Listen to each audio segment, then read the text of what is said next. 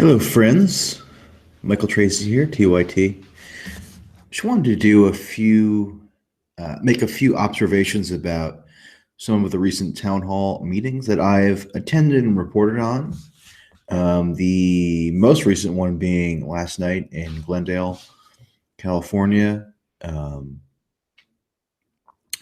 Adam Schiff, who is a congressman from the Los Angeles area, held a town hall that was ostensibly devoted to refugees and what can be done to pursue various avenues to prevent the full implementation of Trump's so-called travel ban or Muslim ban or whatever you want to term it, um, which is a very worthwhile topic.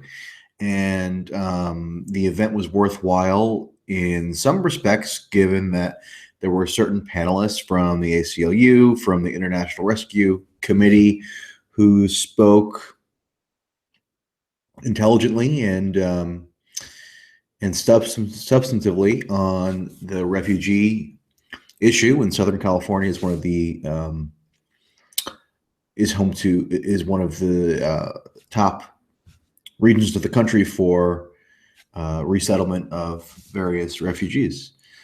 So that was all good. The only issue was that the event seemed to get sidetracked by this recurring, seemingly never-ending obsession with Russia and the extent to which Russia so-called supposedly influenced or hacked the election, and what that portends for Trump going forward. Obviously, Democrats perceive vulnerability, perceive Trump to be vulnerable on this issue, in part because Mike Flynn, the national security advisor, resigned for an offense stemming from his phone conversation with the Russian ambassador. So that kind of gave additional fuel to people who suspected that there was something incredibly nefarious going on here with regard to Trump and Russia. So they're going to be pursuing that line of inquiry even more vigorously. And apparently, given the sentiment at these town halls that I've been going to, at least in Southern California, constituents really are eager to see the most thoroughgoing investigation possible into Trump and Russia. And I don't think it's necessarily because they are especially incensed by the supposed or alleged collusion between Trump and Russia, but because they think of it, or they view that line of inquiry as the most tenable one to take down Trump. And to me, it's increasingly clear that this is the number one priority that Democrats in Congress, at least, have at this point, and they have that priority because it's what their constituents want the representatives to focus on. So, for example, in San Diego a few days ago, I asked Representative Susan Davis if she believed that this was a priority, a top priority, and she said yes. It was essentially the top priority of her and her colleagues to investigate this Russia matter. And I think you're going to see that investigation just be perpetual. It's going to go on in perpetuity. It's going to be just sort of this constant undertone that kind of underlies everything else in the Trump administration going forward, because Democrats think that it's a political winner for them, and that could eventually lead to Trump's downfall. So one really telling moment last night in Glendale with Congressman Adam Schiff was that one agitated constituent stood up and said, "This is not normal, blah blah blah. We need to resort to abnormal methods to resist Trump." we need to impeach Trump. That was the demand. And then they got a huge round of applause. And then in his reply to that, Schiff immediately went back to the refrain about Russia. He said, "We're going to, pursue this vigorously, and if we can find anything that could be portrayed as actionable against Trump, that is where we will devote our full resources." So a constituent asked about impeachment, and Schiff's first instinct is to reiterate his concern about Russia. So obviously, it's clear to me, and I think it's clear to increasingly many others, that Democrats want to pursue impeachment, and they want to pursue it on the grounds of asserting improper collusion between Trump and this sinister Russian government headed by the omniscient Putin. And he really has become an omniscient figure of sorts. Like, he has magical powers. He can read our thoughts. He's like under every rock. So it's a fixation. And remember, Adam Schiff is not just backbencher. He's among the most influential Democrats in the entire Congress. He's the ranking member of the House Intelligence Committee, and as such, he has jurisdiction over these matters, and he basically sets policy for the entire party on how it'll handle this Russia issue. So that the fact that it's so at the forefront in his agenda, I think, should be seen as reflective of where the Democratic Party writ large is at, in terms of their focus and their emphasis. So that's troubling. So go watch the video that came out just a few hours ago tonight, in which I tried to ask Congressman Schiff why he, as, again, a very influential member of the Democratic caucus in the House, has been so steadfastly supportive of the Saudi bombardment of Yemen, which continues and which has wrought untold misery in that impoverished country, caused a huge humanitarian crisis, and if it will eventually result in the creation of new refugees. And because Schiff's town hall meeting was ostensibly devoted to the issue of refugees, I thought it obviously relevant to query him as to why he was supporting a policy which literally directly was causing the creation of more refugees in Yemen. And of course, Yemen is one of the countries that was targeted in the Trump executive order. So doubly relevant there, I thought. And he wouldn't answer the question. He sort of ran away. Maybe that was because he truly wanted to just leave.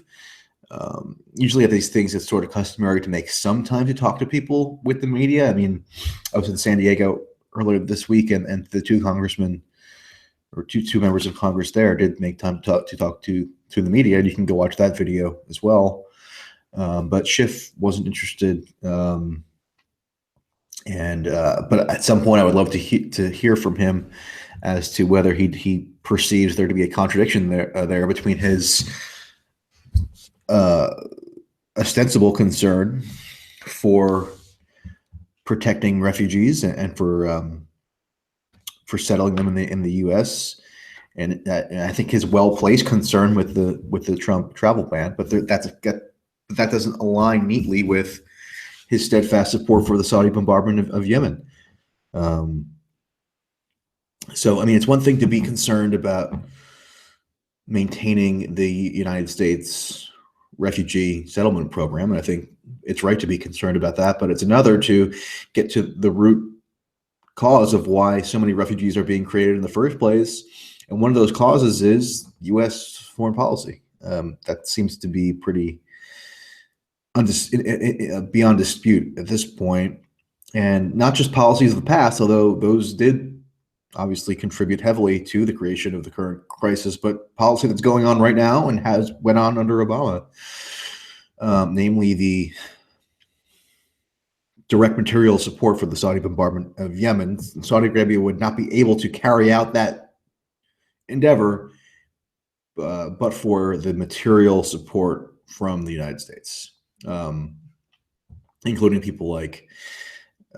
from people like Adam Schiff. So that was the question I wanted to pose to him. Another question I wanted to pose to him, and I would have if I had had the opportunity, was why he keeps axiomatically asserting that Russia hacked the election as if that's just a factual claim, and there's no longer any dispute at all. Remember, this has become accepted wisdom within certain precincts on the liberal side of things, and even in some conservative precincts. Actually, just in the mainstream precincts, you see it just asserted, again, without qualification, that Russia hacked the election or Russia, quote unquote, influenced the election because they wanted to help Trump. But remember, the only evidence we have for this, I mean, every evidentiary basis for that claim is still remarkably thin at this point. Remember, the only firm evidence that's been presented by government authorities was the Director of National Intelligence report that came out in early January, and the substance of that report was just laughable. It didn't contain any new evidence. Remember, it was much hyped.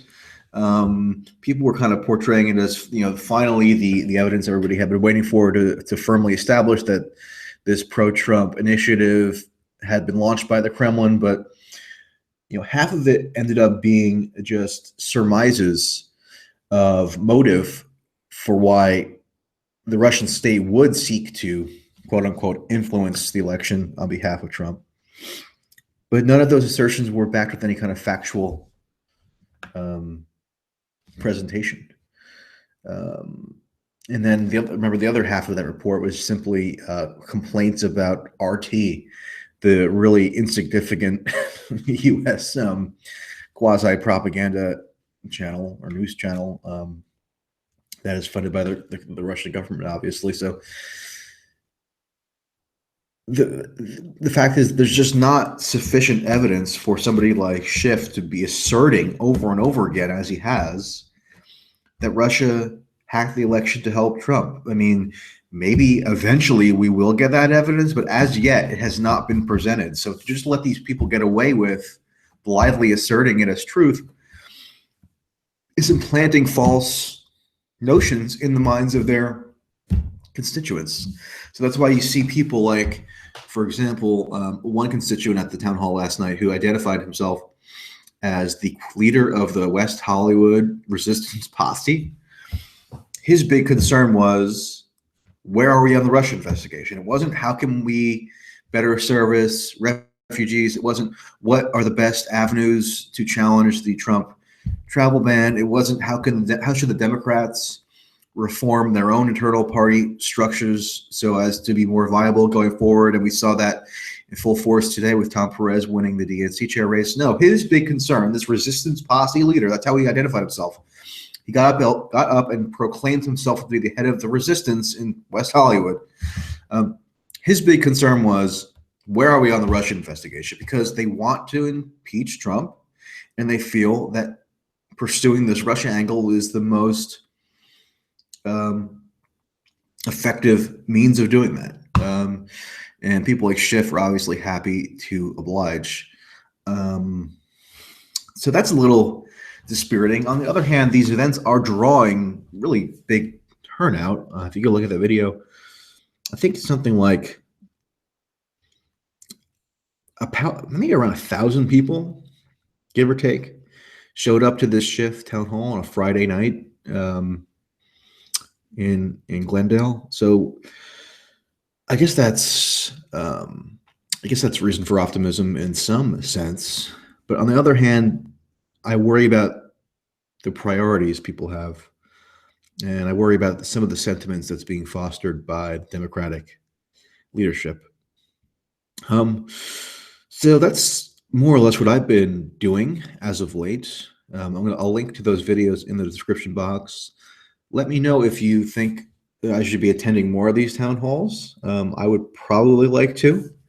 Um, the reason why I was able to go to several this past week is because Congress was in recess, so members of Congress were in their home districts for the most part. But they'll be back this coming week. But I think this is something worth covering. Unfortunately, the journalists who generally cover local congressional town halls tend to be local journalists who aren't the most savvy in terms of politics and foreign policy, especially. So usually they just give the member of Congress a platform to just opine without being challenged. So hopefully, with my being there, that problem can be slightly remedied. So I guess that's about it. It is 10:19 here on the West Coast, so hope you enjoyed this slightly late night chat on a Saturday night. Always welcome feedback, criticism, comments, trolling is even fine. So get in touch with me. I have my Twitter handle in the description box as well. And that's it. So long.